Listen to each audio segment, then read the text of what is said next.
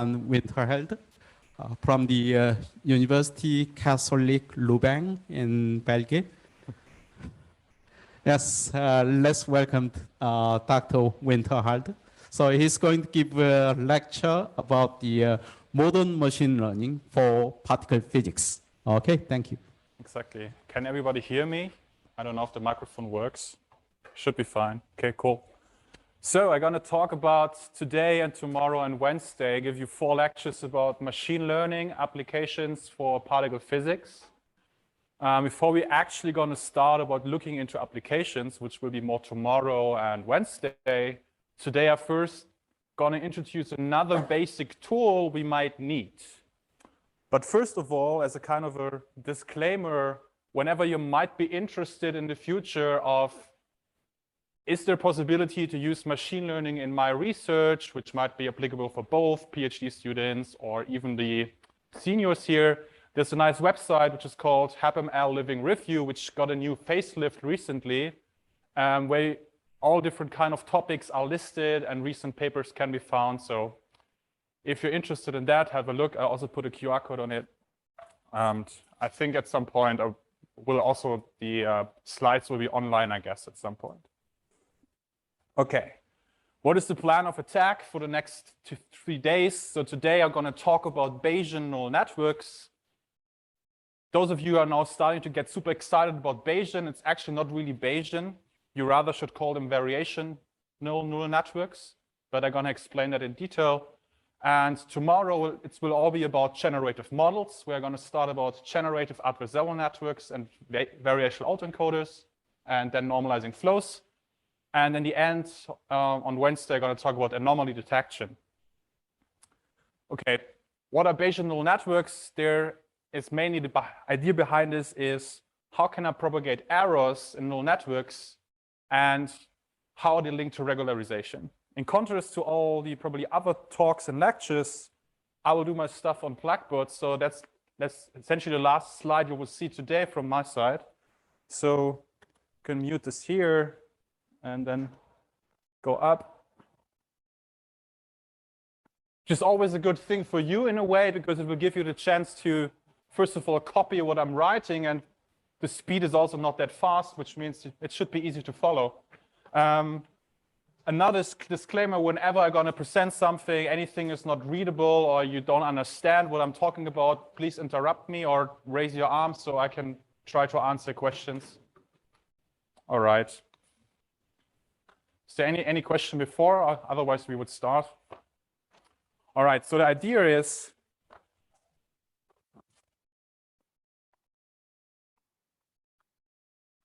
I hope it's big enough and you can read it. To start with Bayesian neural networks.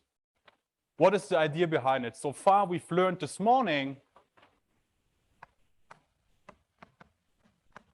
that everything is deterministic in a neural network. What does it mean?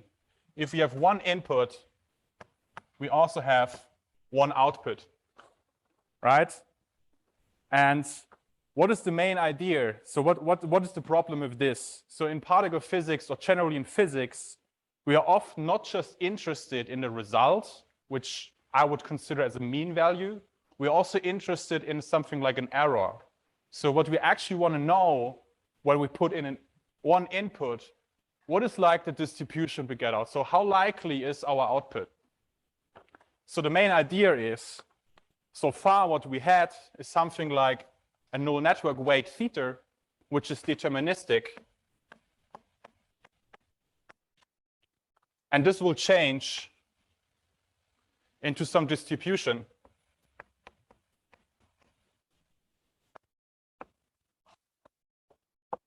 Theta, which might depend on the data you train it on.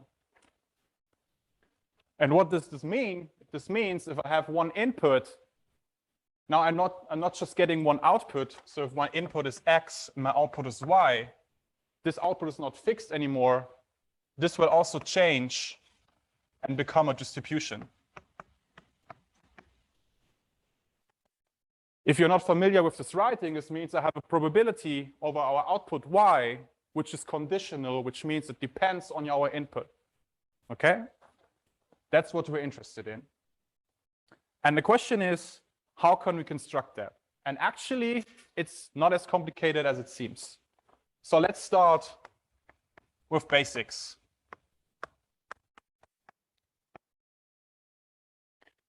So as I already said, we are interested in finding this object here, which you could call a posterior if you're a fan of statistics, but it's the likelihood of our output depending on the input. So that's the object we want to need.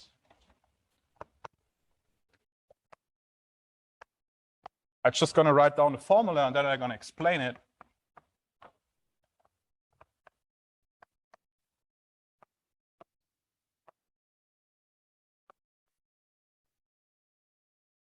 Okay, so that's the object we're interested in.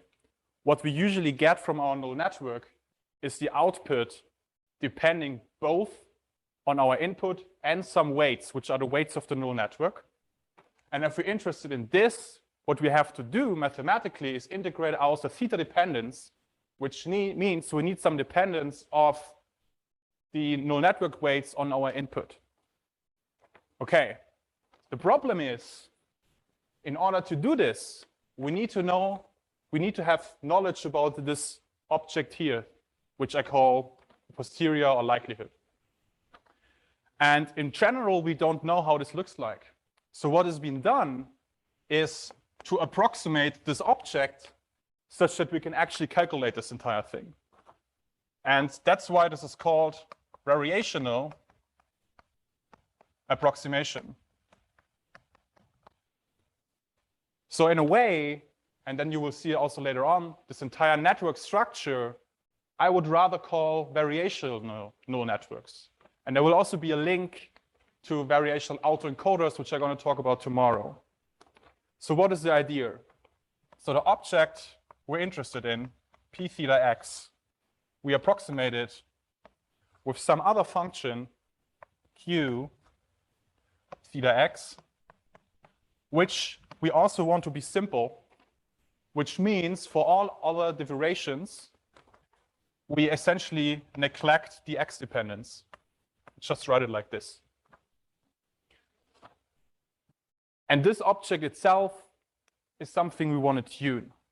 And we want to make sure, that's at least our task for optimization, that q matches p theta x. So the question is, how can we do that?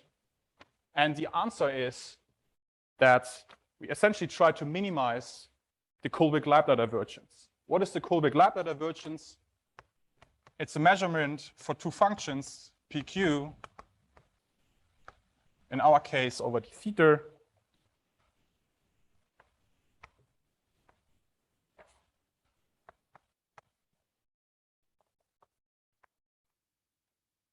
like this. Okay? So this is our starting point. So if we now start to insert this, so the idea is now we want to match q to p.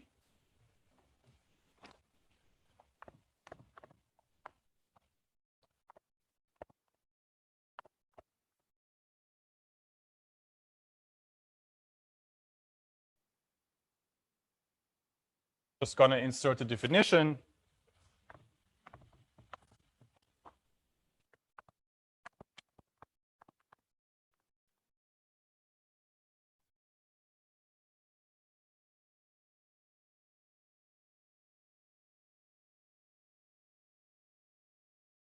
Might be a bit small, but you might still read it, be able, because you saw it before. Okay. But then again, okay, how do we proceed? We just said we don't know what p theta x is, right? But there's actually a trick, and that's the main reason, essentially, why this object is called a Bayesian neural network, is we use Bayes' theorem. What is Bayes' theorem?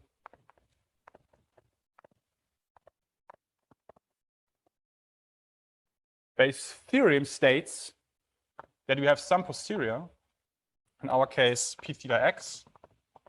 This can be written as the likelihood, px of theta, times some p theta divided by P over X.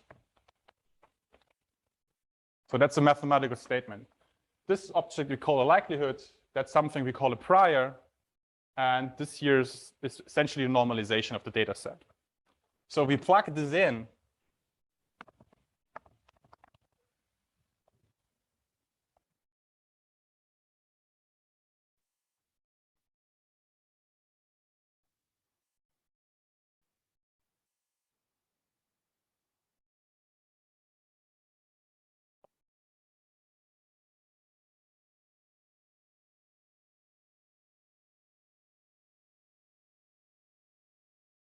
We end up here.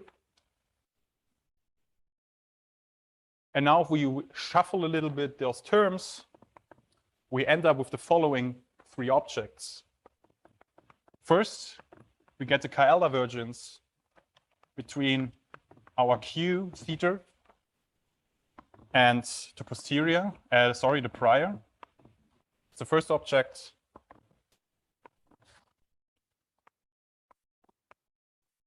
Then we have Q theta times the likelihood plus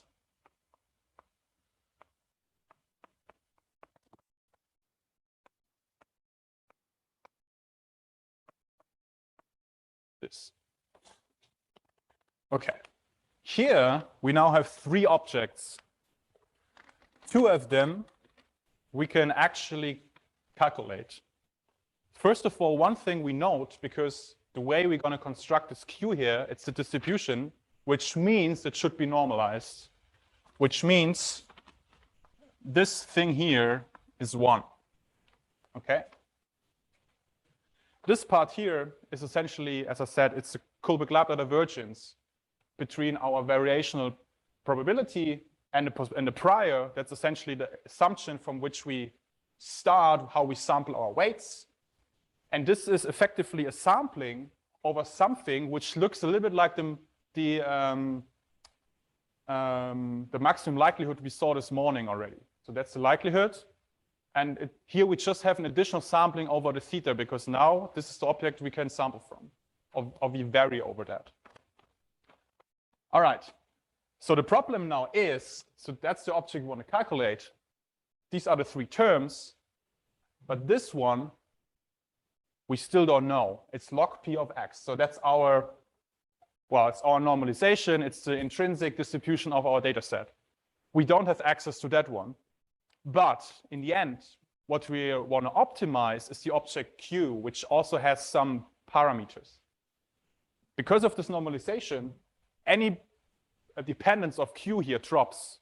So this object P, if we start consider it as a loss function, is not important for the optimization. All right? Which means we can actually drop this object here.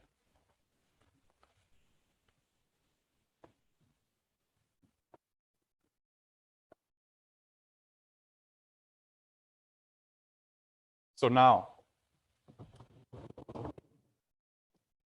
this means we can define, very simple in a way, as a loss function of our Bayesian neural network,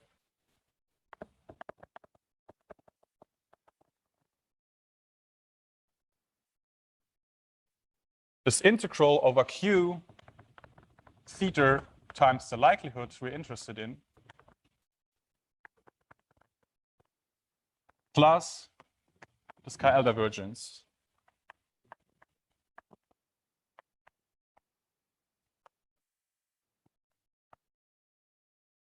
Okay. What does it mean? I mean, this is the log likelihood we can calculate, and this is very, how this object looks like is very problem dependent. And later I will show you one example on how you construct this. The other question is, what does this mean? This means even though intrinsically Q is not a prior, it's a posterior, we just for simplicity drop the X dependence here, should still kind of match the prior, which means it should not deviate too much from the prior. What do we do in practice? Because we need to calculate things. In practice, we have to in some way parameterize both Q and P. what is being done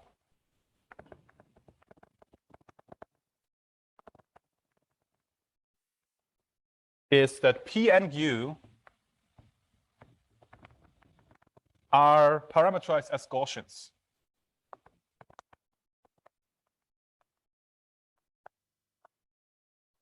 So what you do is you write Q. Let me put some alpha here, but only once to make it clear. And later on, we keep in mind that it is here, but we drop it. Or more precisely, it's a function of some mean value mu and some sigma, which is the standard deviation.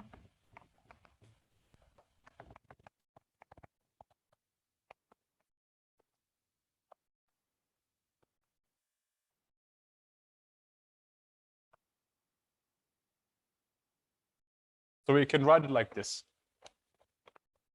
All right? And the same thing we do for P, which is our prior. So we assume it takes a Gaussian form.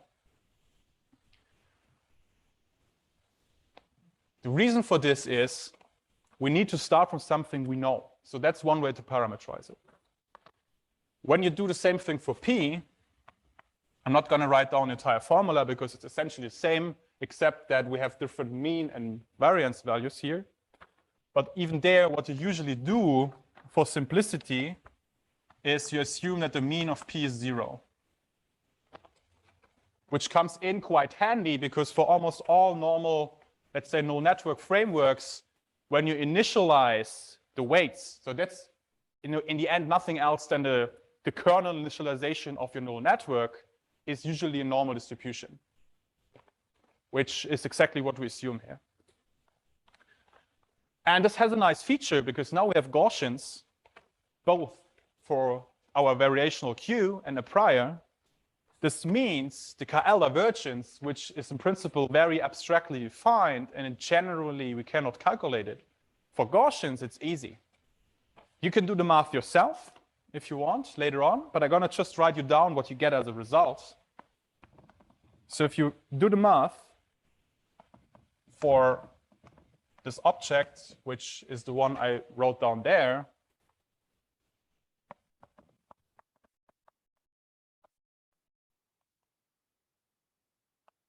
get a very nice closed formula.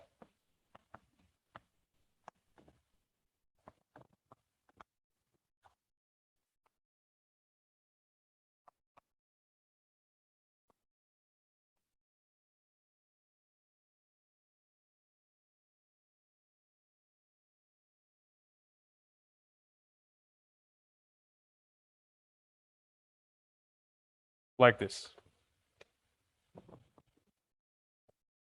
Okay. This looks at the first glance a little bit like, okay, what is this all about? In order to get a better idea what it might mean, let's have a look at a deterministic limit of our variational autoencoder. So what do I mean by this? What I mean is the following.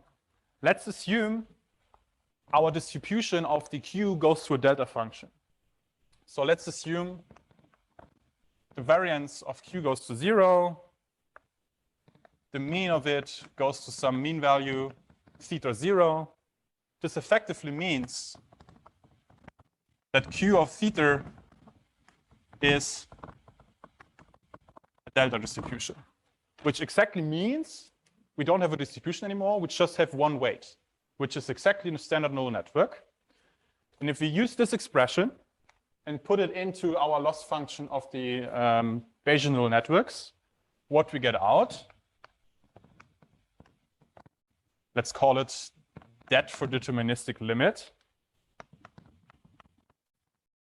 We just get the log likelihood, as we already saw it this morning, plus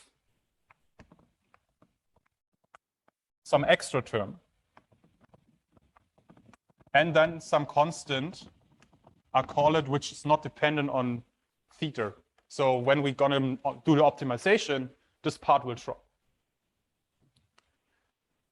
Why is this interesting? I don't know who of you is familiar with machine learning, but what you often do in order to regularize the neural network is something called L2 regularization, which means you want to sum up all your neural network weights, divide this or multiply it by some factor, and want to make sure that this doesn't become too large, which is exactly this.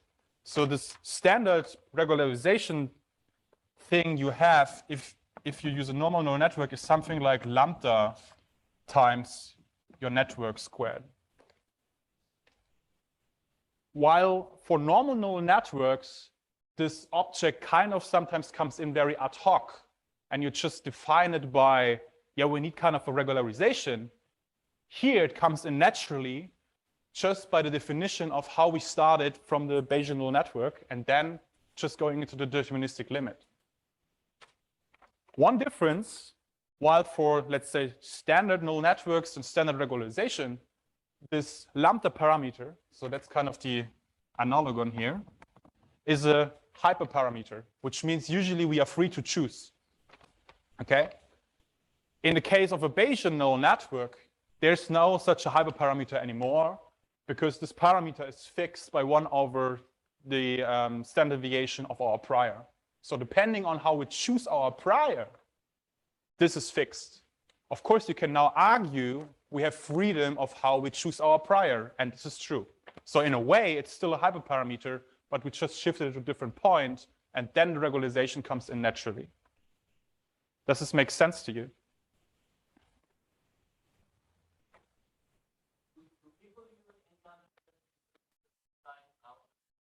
Sorry, can you say it again?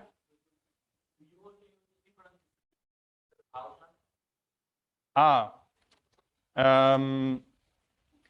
was just about to say that as a comment now.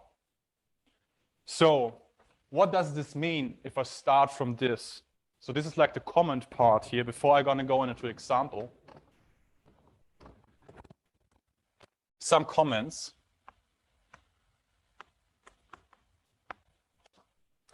If we do this kind of definition and parameterization of our Q, this effectively means if we start from k parameters, which is in the beginning our theta, we now introduce, because we use the Gaussian, a mu, a mean, and a sigma, which is 2 parameters, right? So this effectively means we have 2k parameters now. All right. And then, of course, you do this for each neural network parameter you have in your system, and then you just factorize everything. So what you actually have, because in a way this is just for one parameter theta, but in practice, of course, we have multiple of them. Our Q theta is just a product of multiple such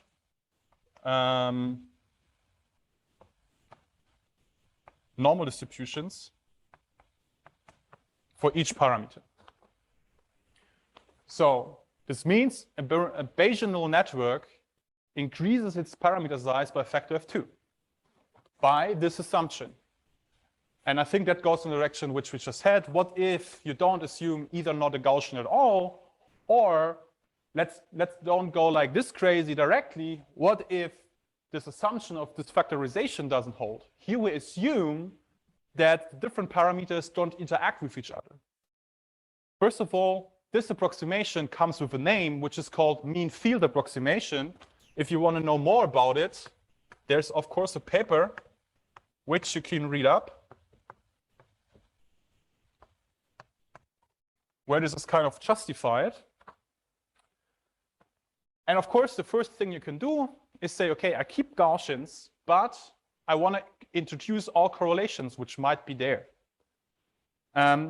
What happens if I take into account all correlations? Well, if I have k parameters on this side and k parameters on the other side, and I just get the entire matrix, I would end up having a Bayesian neural network with k squared parameters, which of course scales very badly already because it scales with square, which means in normal circumstances, we have hundreds, thousands, or even millions of parameters. This goes up very, very quickly. And of course, if you now say, well, I don't even want to use a Gaussian here, but even go more crazy, you might end up introducing more and more parameters. So in the end, it's a balance of how well am I trying to describe this variation of my parameter under the cost of having way more parameters to actually optimize. And one of the arguments why this is okay is that in the end, because if the network is very, very deep, even though you started from a Gaussian, the complete combination of all of these Gaussians in different places do not represent a Gaussian anymore, and this deepness kind of counteracts your approximation here. But to be fair, this is still an open question. So this is not a restrictive answer, and it's not a mathematical proof. That's kind of a, let's say, I call it a guesstimate of people and how they think they understand it. And of course, it's still research of how you might be better parameterizing this entire thing without losing too much information, but still make it possible to compute efficiently. Because in the end of the day, you just have some certain time to calculate things and don't want to spend 10 years just to optimize a neural network, because then you're not really gaining anything. All right. Are there questions about everything which is on the blackboard now? Because otherwise, the next thing would be a first example, which of course will also make it a bit more clear how things work. But if there's anything completely unclear now, it would be a good point now to ask questions.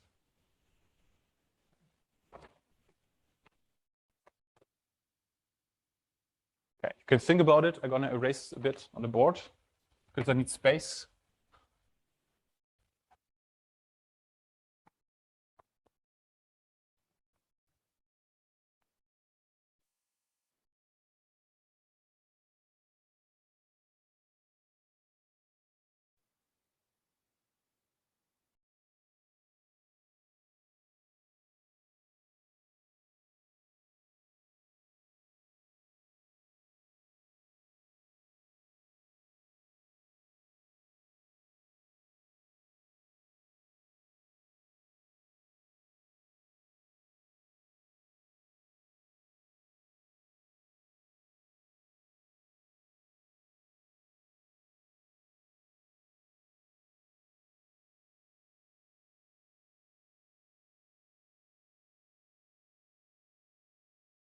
All right, a little bit of time to think about, still no questions? Perfect.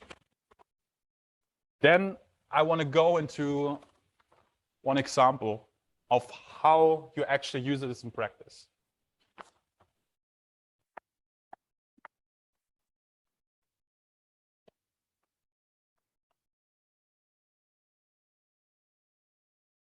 Let's do, for instance, some Bayesian regression.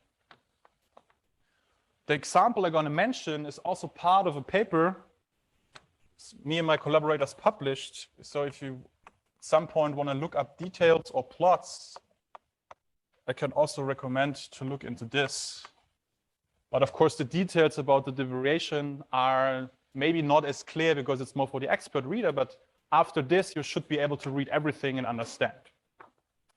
Okay, what are we interested in? In this particular process, the idea was using a neural network to learn matrix elements, so amplitudes in quantum field theory, given a certain phase space point. Okay, we're interested fitting some amplitude, given some phase space point. So our training data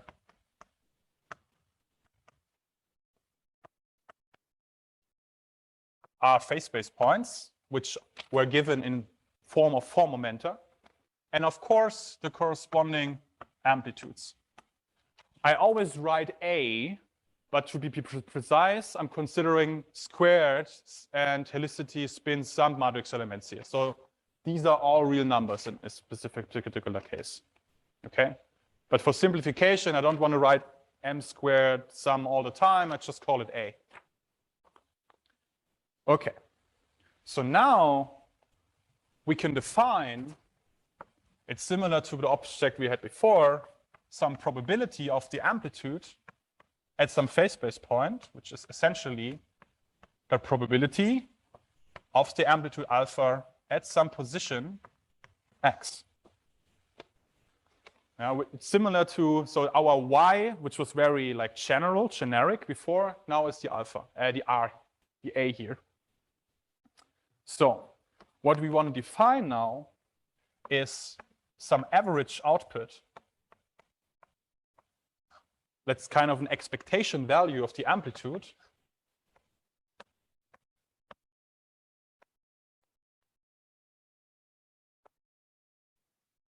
Like this.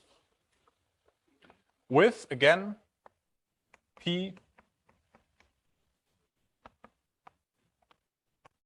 is linked over some variation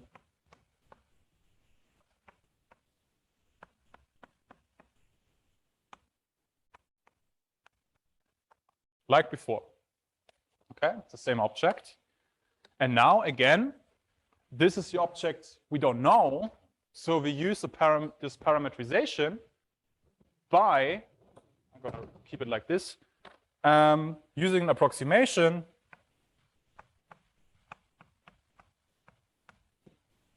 Q theta. Okay. What I now said earlier is we want to describe, or we're interested in both the mean output, or let's say the mean of the amplitude and its uncertainty. So let's just write down the formula and see what we get.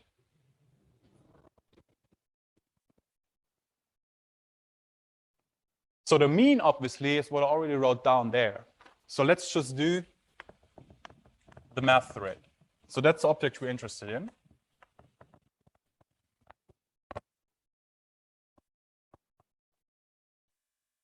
Doesn't want to stay down? Okay.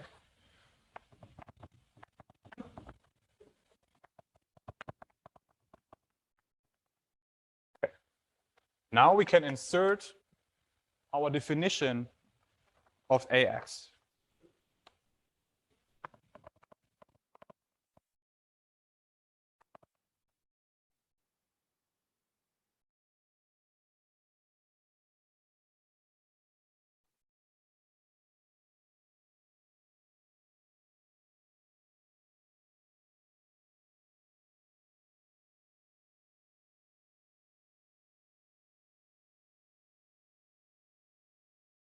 Where we already replace our theta of p theta of x with q over theta, because that's the object we know. Now we can reshuffle things a little bit.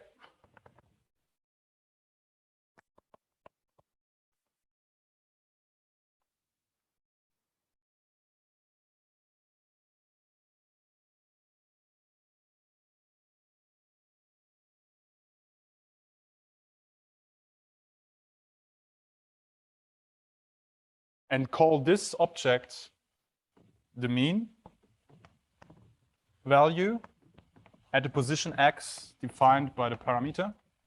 And we say this will be one of the outputs of our neural network. Okay?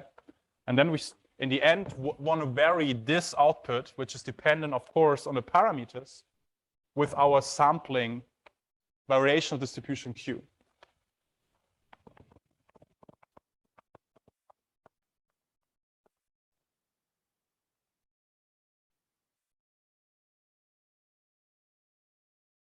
All right, let's give this entire equation a name because we're going to call it later. So let's just call it star.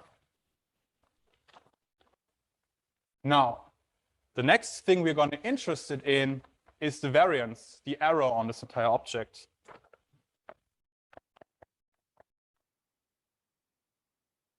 Which you can just define as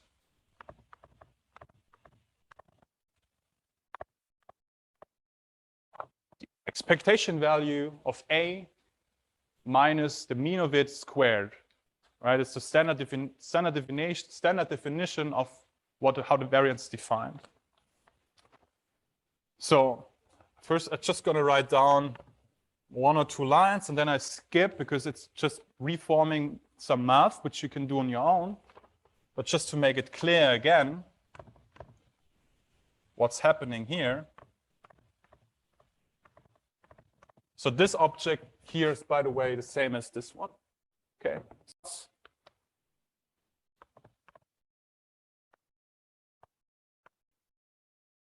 Then again, I have this object, which I can approximate with, or let's say I just insert a definition where I replace P with Q. So I end up with, again, the same stuff.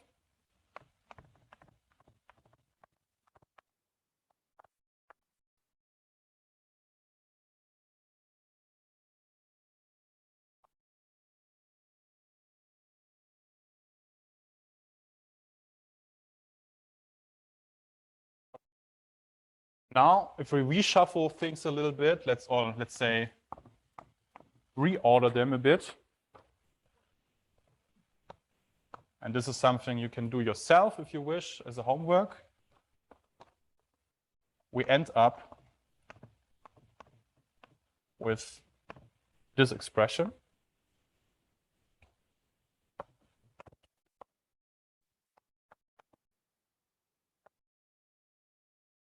Sorry.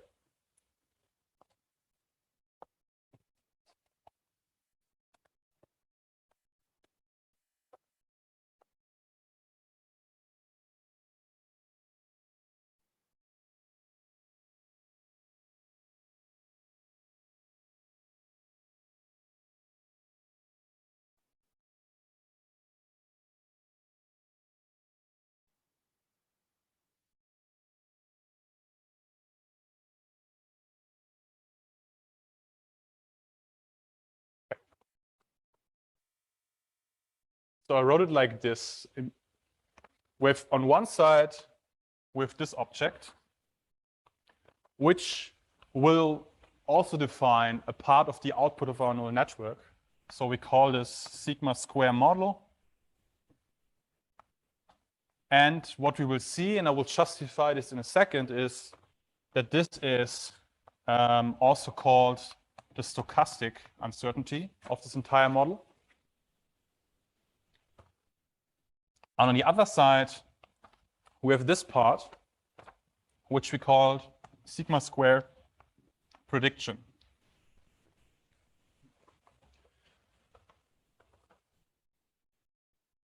So let's dive into those two kinds of uncertainties, which are important to understand what they are in order to understand what the Bayesian neural network returns us and how they behave under certain scenarios or certain limits. So let's start with the first one, which is this sigma squared like this, which I'm just going to write down again, just to make it clear.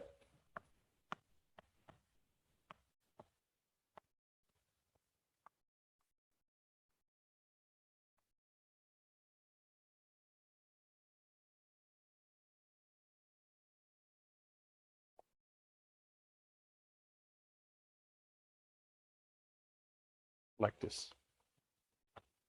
So what can we learn from this? Hope you can see it. So this was the network output I defined earlier here, and this is its mean, which is also defined here. So what happens now in the limit? That's the first thing, where Q theta becomes a delta distribution. So in the limit where we have normal neural network.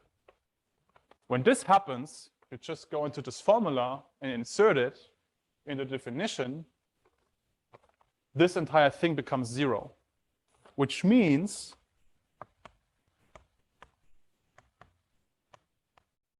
this becomes 0. So this uncertainty will vanish in this case. But how will this happen?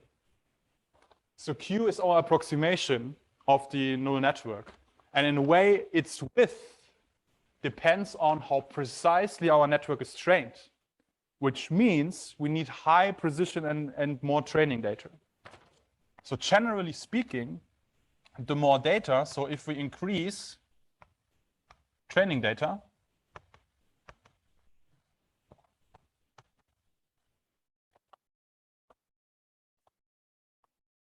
then this error will go down.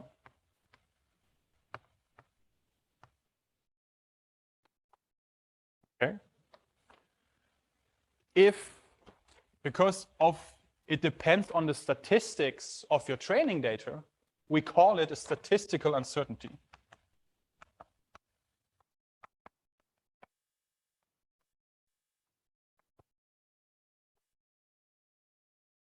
Which often in the literature, especially machine learning literature, is referred to as epistemic, I don't know how to pronounce that, to be honest, error or uncertainty.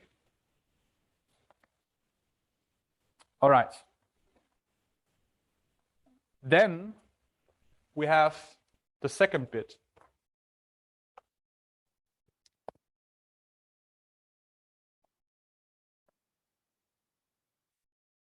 Which I call stochastic, but it's in the end something we call the model. I also just put in the definition again.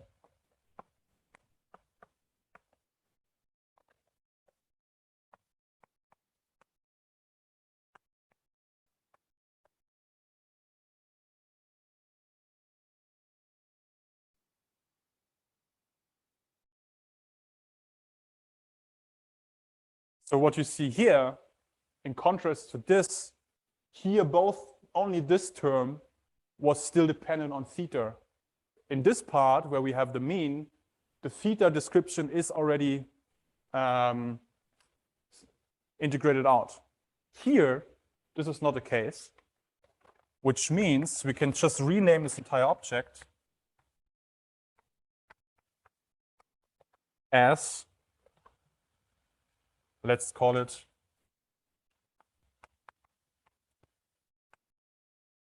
model of theta. And this means this integral here is just the expectation value of our model uncertainty. So this will be our second output of our neural network. So we have this part, which we will have as an output, and this bit. So the interesting bit now is, in the case where we do the same limit, this will not vanish anymore. So this will stay the same. It goes to a constant. And this means that this represents not a stochastic or not a statistical uncertainty anymore. This is a systematic uncertainty.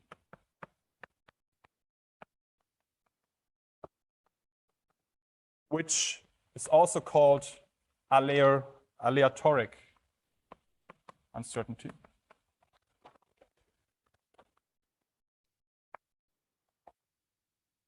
What is the reason for that? This is, in a way, not the statistics of the data in the sense of how many training data you have, but it can be on the stochasticity of the training data itself. Meaning, if the training data itself is very unsure, even though if you have a large of it, this could be part of the systematic error. And then, of course, badly chosen hyperparameters, the model expressivity, stuff like that. Okay?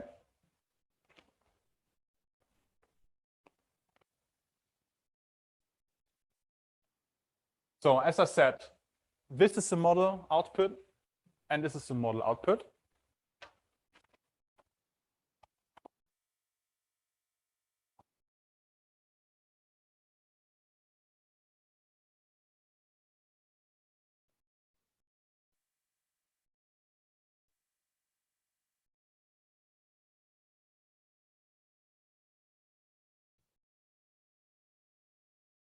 What does it mean? This means our Bayesian neural network in this specific regression problem is essentially a mapping from with the input and some parameters we have onto this mean and this theta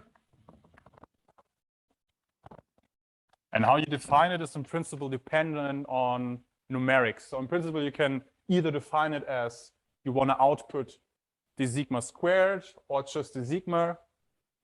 It doesn't really matter in the end, but sometimes one or the other can be numerically more stable. So what actually you do in practice, but this is more mathematically, it's the same, right? It doesn't really matter. But for numerical stability, what you often do is actually use the logarithm of this entire object. Why do you do this? Somebody has an idea?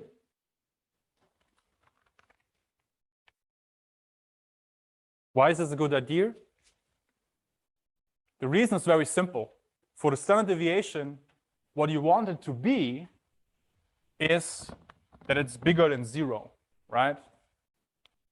One way of implementing this is obviously by saying, well, I just output a log, which is defined on the entire range of the real numbers. And then, of course, by definition, taking the exponential of that is obviously strictly positive. So I can guarantee that this is satisfied. Does it make sense? Let's just keep it there. Good. Now, once we have this and we can train our neural network, in the end of the day, as I said, what we're interested in is calculating these different objects. We want to calculate this object and both uncertainties we have here. And of course, everywhere here are just integrals. But of course, we have an object from which we can kind of, how do we solve this integral? Of course, we cannot analytically solve this integral, so we estimate it with a Monte Carlo estimate, which means that our mean of A is, let's do an approximate, 1 over L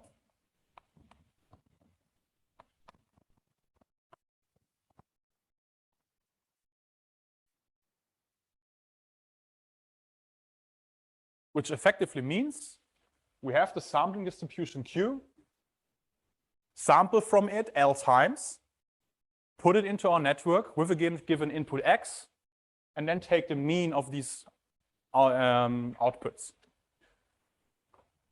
And then you can do the same thing with the other objects.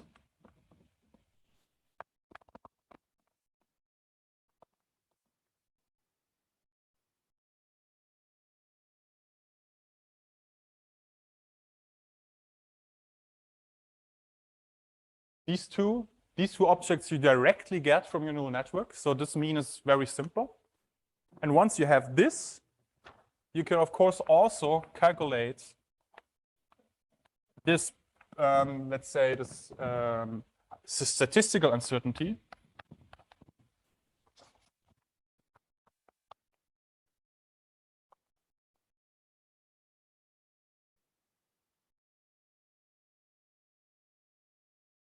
Like this.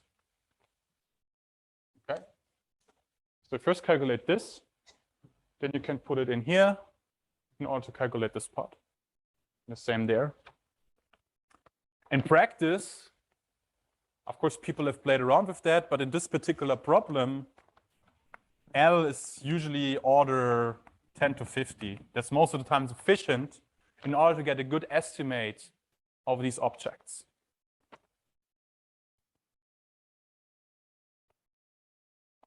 Now, even though, as I already said in the beginning when we were talking about, is it sufficient to do this like mean field approximation, even though this P and this Q are Gaussian, we generally do not expect that the output, in this case, this part, is behaving Gaussian as 2. But what we can assume for simplicity here is that this object, the likelihood we had in our loss function, let me write it down again. So we had this object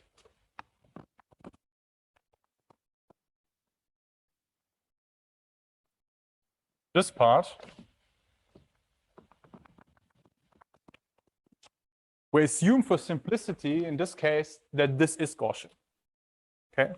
If we do this, we can write down our loss function now for this particular problem.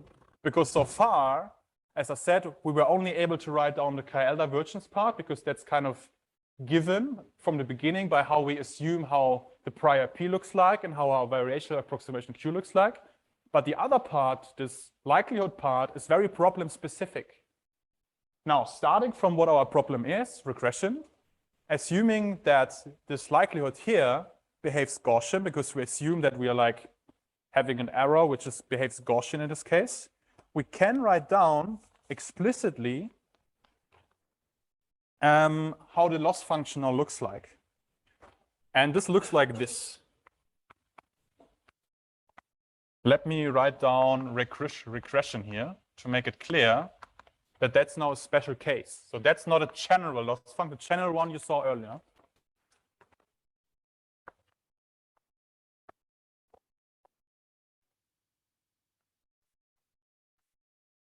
So now this likelihood there, you can define as a sum of the different training data points. So it's kind of the batch size you have if you wish.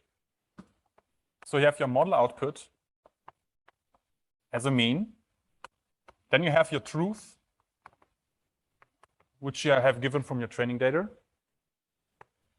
This is, of course, divided by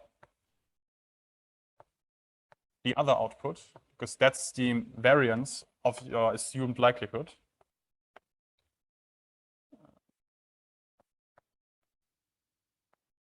So that's a J here. I was a bit sloppy here in writing this. Of course, what I mean with AJ theta is, of course, AJ of XJ. So you have the input which is changing here. Okay. Then you get some part which comes from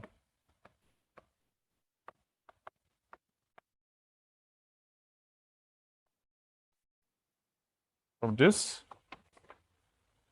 And then, of course, you still have the KL part.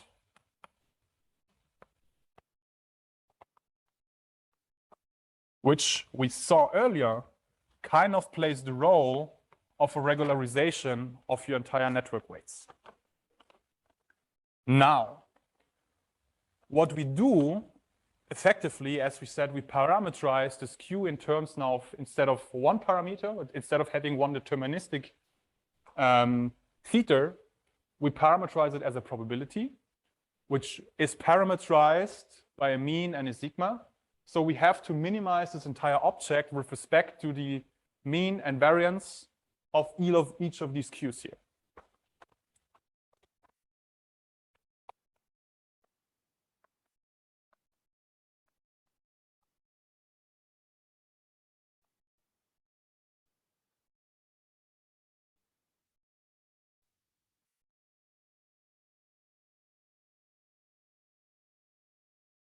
If you actually want to implement this, because you need to be a little bit be careful, there's kind of a reparameterization trick, which you will also find in the tutorial if you would like to do this one. I'm not going to go into detail here, but that's something you will encounter once you actually want to code it and write it down. But I'm not going to explain it here in detail because, first of all, it's nice to find it out yourself. It's not super complicated. And it will reappear again later on when we talk about normalizing flows. Now, you can see here that in the loss function, there's a sampling over theta. So does it mean we always, for each batch, we have to sample 50 times in order to train a neural network? Strictly speaking, the answer would be yes. But in practice, you also just take a Monte Carlo estimate, where here you actually only take one estimate, which you would think, why would you do that? It's not very precise. But we've learned earlier today that having something which is stochastic, that was the stochastic gradient descent idea, is actually sometimes helpful. So in this particular case, just for training and updating, estimating this with sampling throwing one theta point here is fine, because it will help during training. First of all, it's faster, and second of all, it will stabilize your training. Okay. Sure. Then, in other words, if you take every time the 50 samples, then maybe trapped by in the local minimum. Yes. So what he said is, if you always sample more points, I think you might be trapped in a local minima somewhere. So that might be possible, especially if for whatever reason in the beginning your Q is not very well modeled and might have too small width or something. Okay.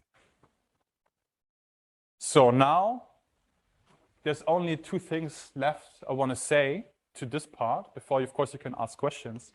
One thing is, this sounds very fancy.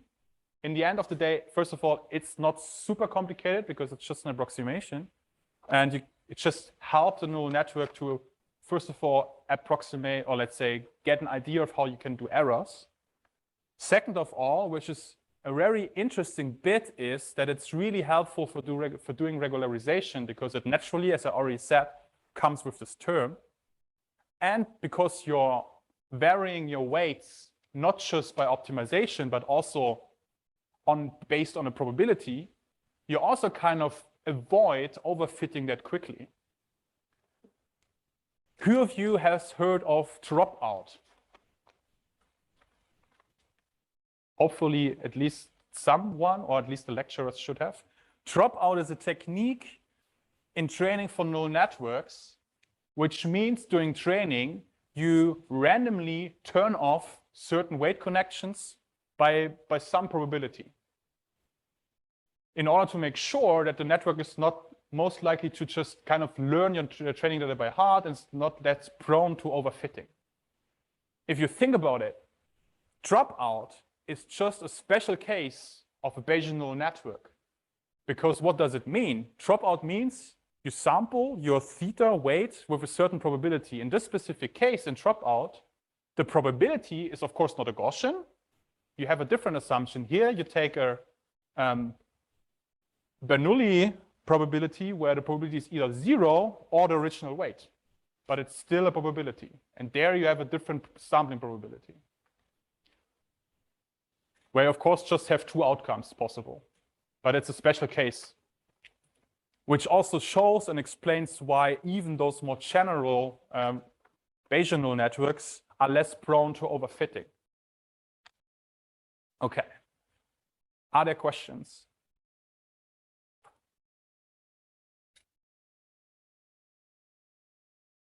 So maybe you mentioned, but I couldn't catch the merit of this Bayesian regression than just normal regression. So, for example, if there is kind of many data training set, then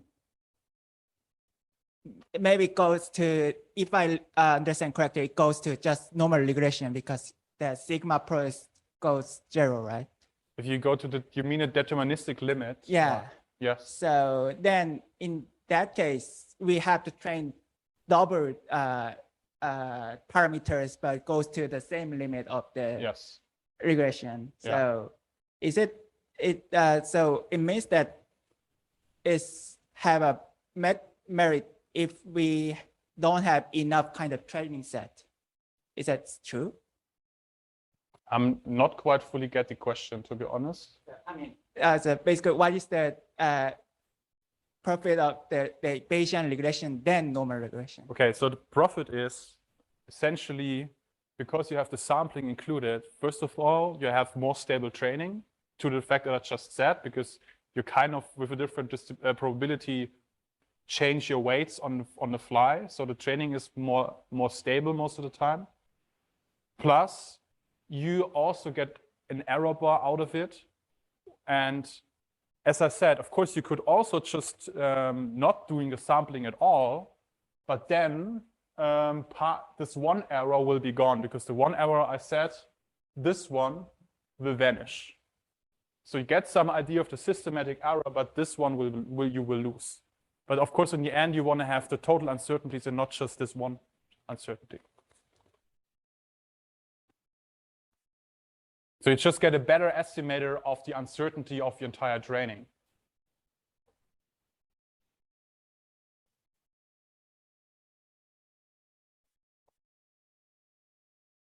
Yeah, you can think about it. We can also talk offline later about it.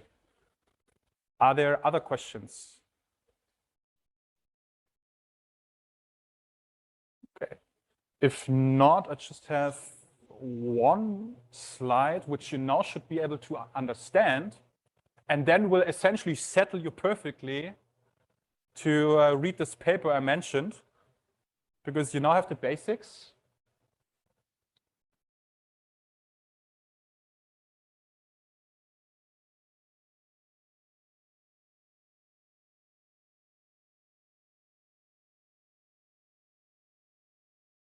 Maybe you can turn off the light here again.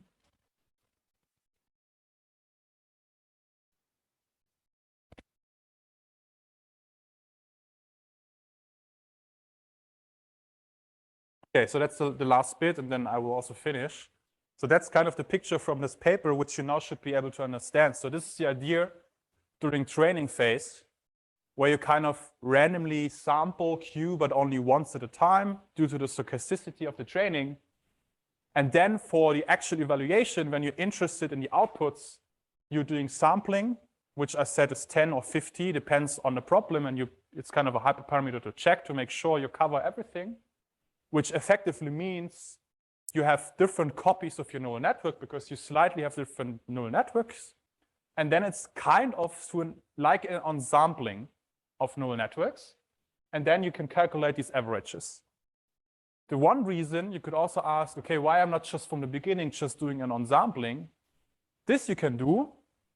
In principle, you can do the same, also just train an ensemble of neural networks with 2 outputs. This will do the same work, but then it will probably take more time because you have way more networks to train and optimize. So then in this scenario, it's more efficient. Now you should be ready, hopefully, to at least understand this paper if you want to read it, and the basics of Bayesian neural networks. So whenever in the next days, I'm going to show you some plots, and there are error bars in it, you will get an idea where they come from and how they have been derived. This brings me to the end of today, and tomorrow we start in the morning with generative models, especially generative adversarial networks and variational autoencoders. So thanks for your attention, and see us tomorrow. Okay.